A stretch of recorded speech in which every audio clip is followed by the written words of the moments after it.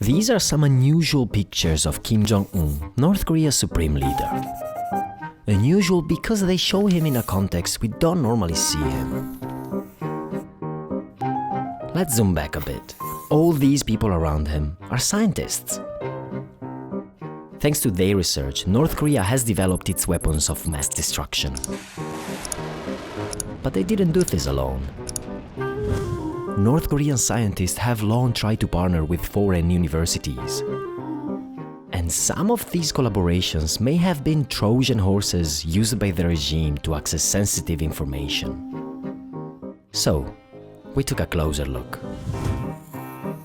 Our investigation focused on an alarming number of joint publications with a prestigious laser institute in Germany. This most likely violates UN sanctions that ban scientific collaborations with North Korea.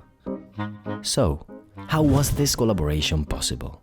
And did it potentially help North Korea build more modern weapons of mass destruction?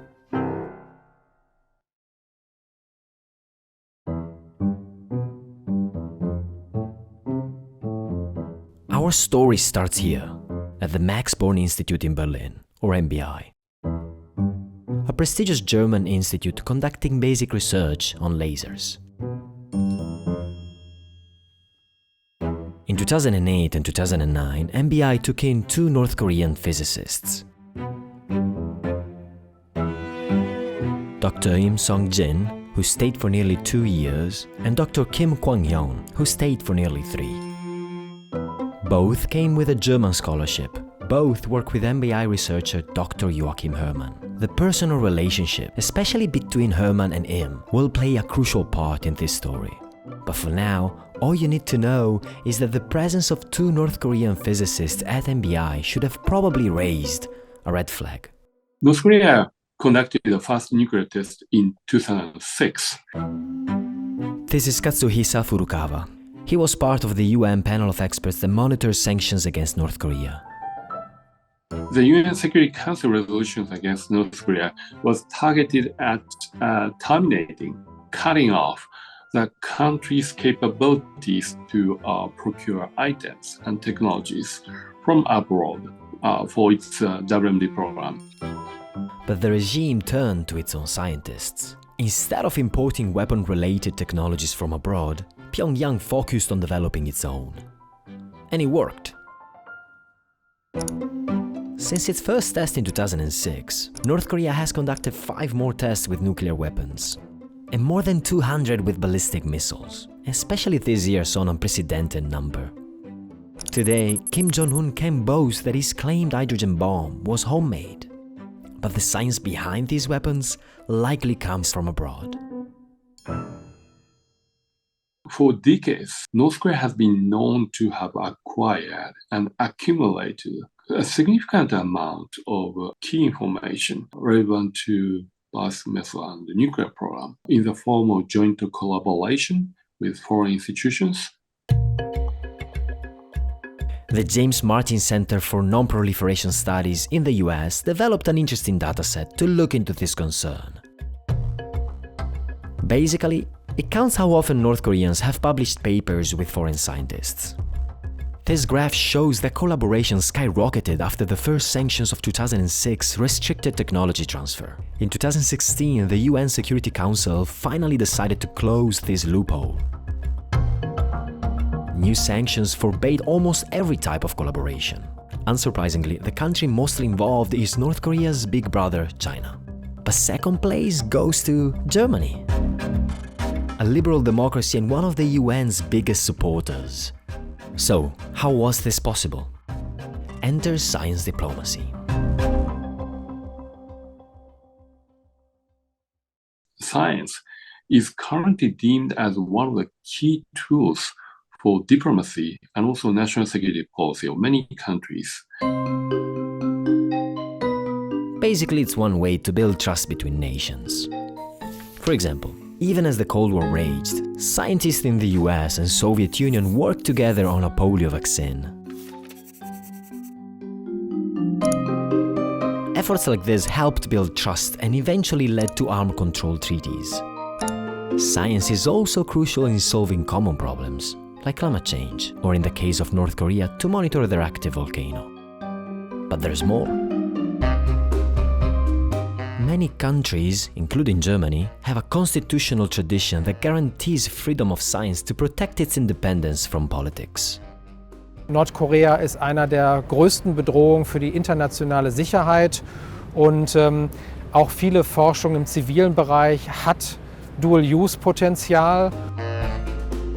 Kai Gering is a German politician from the Green Party who heads the Science Committee in Parliament.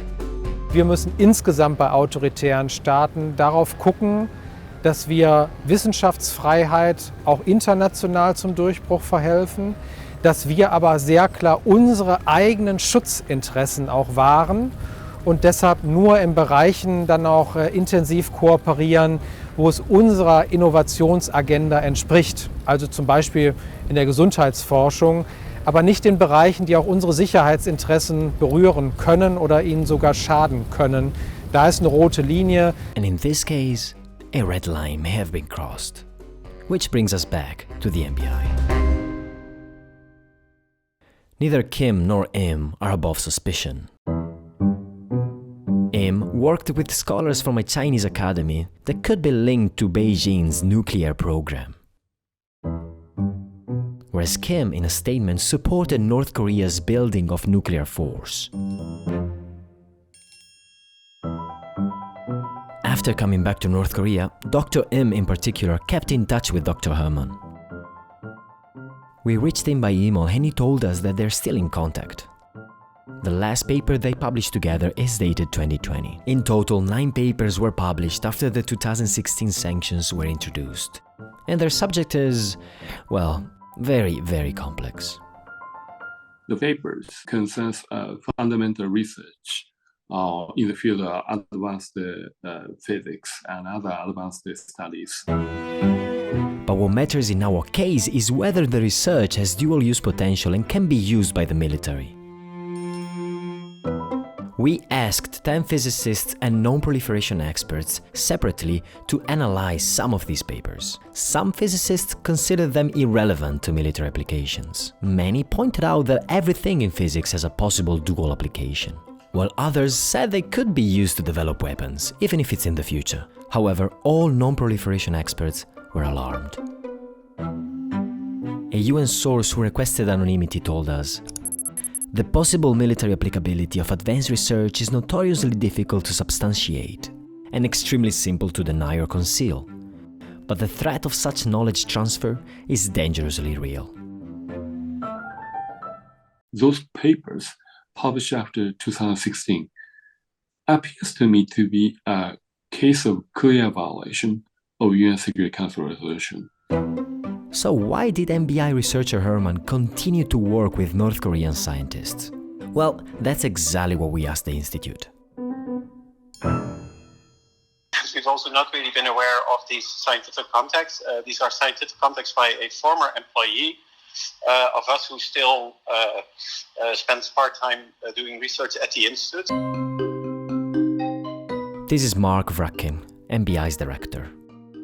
He told us that there is another important reason why the collaboration continued. We have not been aware of the precise nature of these sanctions by the UN. We are a small research institute. We cannot be aware of every sanction and every law that is issued anywhere in the world. In other words, they didn't know. In a written statement, the NBI pointed out that the Institute eventually stopped Herman's work because of North Korea's role in international politics, and added, "At no time, for example, we have received a request from the Ministry of Education and Science to suspend scientific contacts with North Korea." So, are politicians to blame? Es gibt eine Bring- und eine Holschuld. Und wer im Wissenschaftsbereich nicht mitbekommen hat, dass es ein umfassendes Sanktionsregime gegenüber Nordkorea gibt, da hätte ich schon einige Rückfragen, wie sowas passieren kann.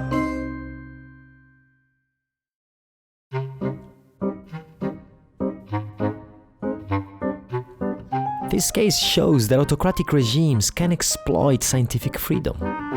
German politics failed to communicate and properly enforce UN sanctions. The NBI never asked German authorities for any permission. and the whole system could be bypassed through personal relationships. Da ist Wissenschaftsdiplomatie nicht mehr angesagt, sondern die rote Linie ist hier längst überschritten. In order to avoid dangerous technologies falling into the wrong hands, German lawmakers might need to draw up clearer red lines. But neither politicians nor scientists can do this alone. There has to be a more close collaboration between scientific community and national security authorities. The big challenge will be to prevent the transfer of sensitive information, while at the same time protecting scientific freedom.